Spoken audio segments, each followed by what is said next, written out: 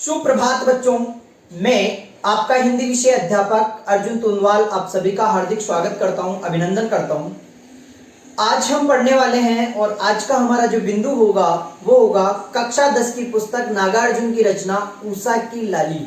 बहुत ही छोटी सी रचना है, 5, 7, 10 पंक्तियों की रचना है, परंतु उषा की लाली जो रचना है इससे संबंधित अगर कक्षाओं की बात करें तो यहां से उषा की लाली कविता का शिल्प सौंदर्य कक्षा 10 में पूछा जाता है। बोर्ड की परीक्षा के लिए बड़े महत्वपूर्ण कविता है।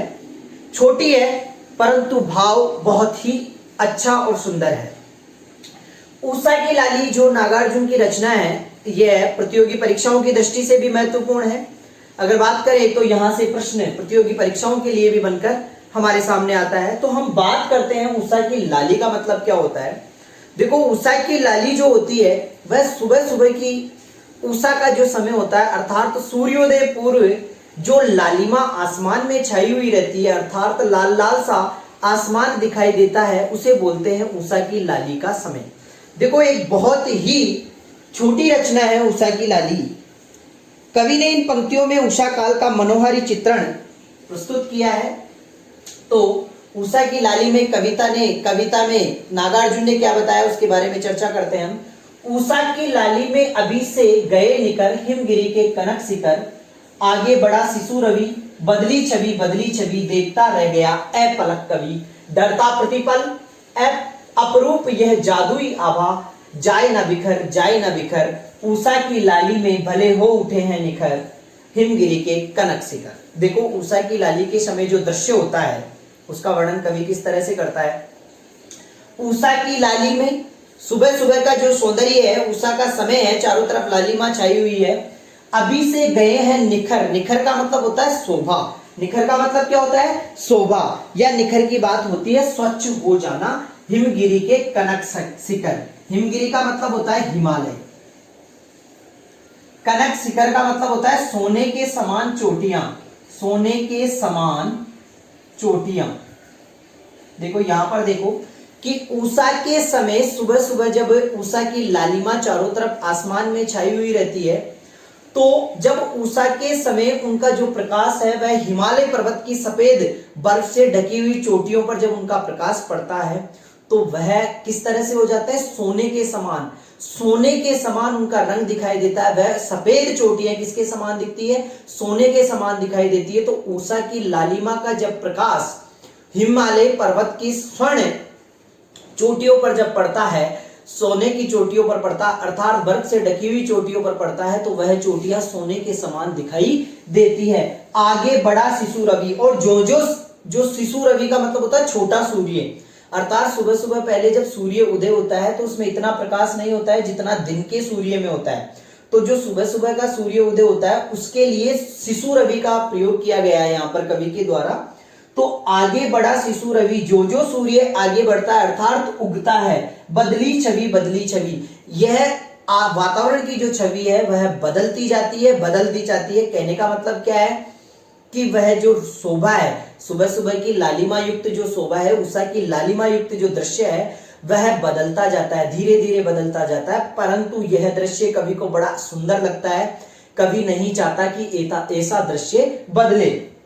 देखता रह गया ए पलक कवि, और इस बदलते हुए दृश्य को कवि ए पलक का मतलब होता है लगातार, बिना पलक झपकाए, एक टक, और ऐसे बदलते हुए दृश्य को कवि क्या कहता है? लगातार देखता रह जाता है। एक बार और इसका हिंदी अर्थ देखें कि कवि कहता है कि अभी दिन का प्रकाश नहीं फैला है फिर भी पर्वतों कि हिम से मंडित चोटियां उषा की लालिमा पड़ने से अभी से ही सुनहले रंग की निखरी हुई सी दिखाई देती है। जैसे ही छोटा सूर्य आकाश में आगे बढ़ा प्रकृति का दृश्य बदल गया। प्रातःकालीन इस रोमांचक दृश्य को देखकर कवि आश्चर्यचकित होकर उसे एक टक लगातार देखता रहता है और कवि सोचता है कि ये जो दृश्य मेरी आंखों के सामने है, ये प्रकृति का जो दृश्य है ये बदलना नहीं चाहिए। इस बदलते हुए दृश्य को कवि एक टक देखना चाहता है, एक टक देखता रहता है कि ताकि ऐसा दृश्य मैं अपनी आंखों से ओझल नहीं होने दूं। आगे देखो, डर था। अब कवि के मन में एक डर था, प्रतिपल, हर पल। अपरूप यह जादुई आभा, जो बदलती हुई ये शोभा है, ये आभा है, चमक है, प्रकृति का जो दृश्य बदल रहा है, जो जो सूर्य ऊपर होता जा रहा है, लालिमा खत्म होती जा रही है, तो ये जो दृश्य बदल रहा है, जाए ना बिखर, जाए ना बिखर, जाए ना बिखर का मतलब होता है बदल न जाना, या यह जो जादू है यह हमारे से अदृश्य न हो जाए। जाए न बिखर का मतलब होता है अदृश्य होना, अदृश्य होना। कवि कहना चाहता है कि जो ये प्रकृति का दृश्य है यह बिखर नहीं जाए, ये मेरी आंखों से ओझल नहीं हो जाए, इस मनोहारी दृश्य को वह अपनी आंखों में समेटना चाहता है। तभी तो कवि को किस चीज का डर था? डर था प्रतिपल अपरूप यह जादुई आभा। ये जो जादुई आभा है ना, ये प्रकृति का जो बदलता हुआ रूप है ना, ये कवि अपनी आंखों से ओझल नहीं होने देना चाहता था। इसलिए वह कह रहा है जाए ना बिखर, जाए ना बिखर, कहीं ये अदृश्य न हो जाए, अदृश्य नहीं हो जाए। ऊषा की लाली में भले हो उठे हैं निखर, हिमगिरी के कनक शिखर। ऊषा की लाली पड़ते ही हिमालय पर्वत की जो सफेद चोटियां हैं उस पे ऊषा की लाली की जो ही किरण पड़ी तो वह कैसी हो गई? सुनहरे रंग की हो गई, अर्थात तो सोने के रंग की हो गई।